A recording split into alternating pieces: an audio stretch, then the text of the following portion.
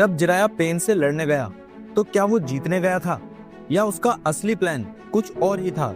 Jiraiya हमेशा novels क्यों लिखता था और उसका सपना क्या था? आज की इस वीडियो में हम जिराया की कहानी जानेंगे।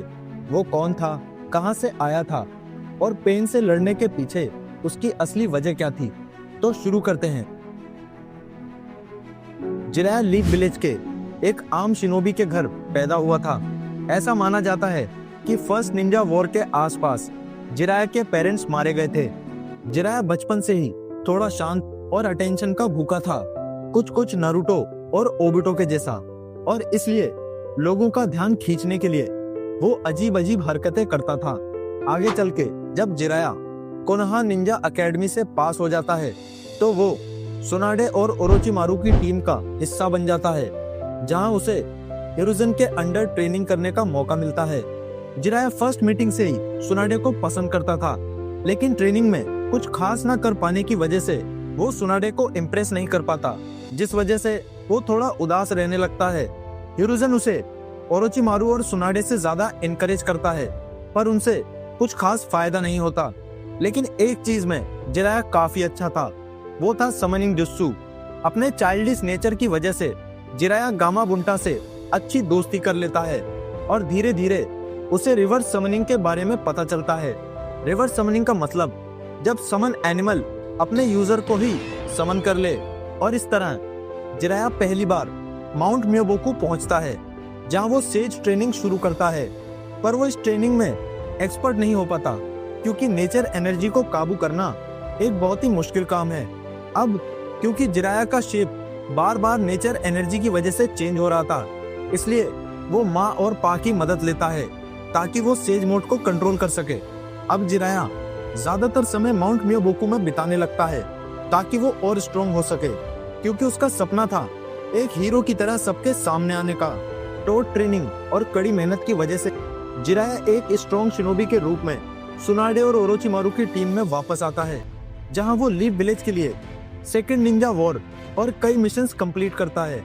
पर इन लड़ाइयों से उसे निंजा वर्ल्ड की साइकिल ऑफ हेट्रेड के बारे में पता चलता है कि कैसे कुछ लोग ताकत के लालच में नेशंस को लड़वा देते हैं।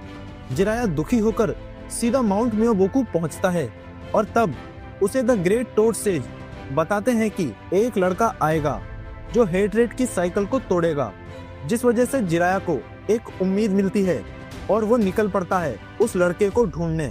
जिराया सबसे पहले रेन विलेज पहुंचता है, क्योंकि सेकेंड निंजा वॉर के दौरान इसी विलेज में 3 बच्चों से हुई थी, जो थे याहिको, कोनन और नागाटो, जिन्हें वो ट्रेनिंग देने का फैसला करता है। ट्रेनिंग के दौरान जिराया को पता चलता है कि नागाटो के पास रेनेगान है, एक ऐसा डोजुत्सु जिसका जिक्र सिर्फ किस्से कहानियों में होता है। जिराया उसी वक्त मान लेता है कि नागाटो ही वो इंसान है जो साइकिल ऑफ हेट्रेड को तोड़ेगा, लेकिन इस काम में नागाटो को एक बड़ी टीम की मदद चाहिए होगी, और इसीलिए जिराया निकल पड़ता है नागाटो के लिए लोगों को इकट्ठा करने। वो जगह जगह जाकर यंग जनरेशन को ट्रेनिंग देता है। मिनाटो नामिकाजे भी इसी प्लान का हिस्सा था। जिराया दूसरों को ट्रेनिंग देने के साथ लीफ के लिए स्पाई का काम भी करता है, और उसी दौरान थर्ड निंजा वॉर स्टार्ट हो जाती है, जिसके बाद जिराया रेन विलेज पहुंचता है, जहां उसे नागाटो, याहिको और कोनन के बारे में कुछ पता नहीं चलता, और जिराया मान लेता है कि थर्ड निंजा वॉर में ये तीनों मारे गए।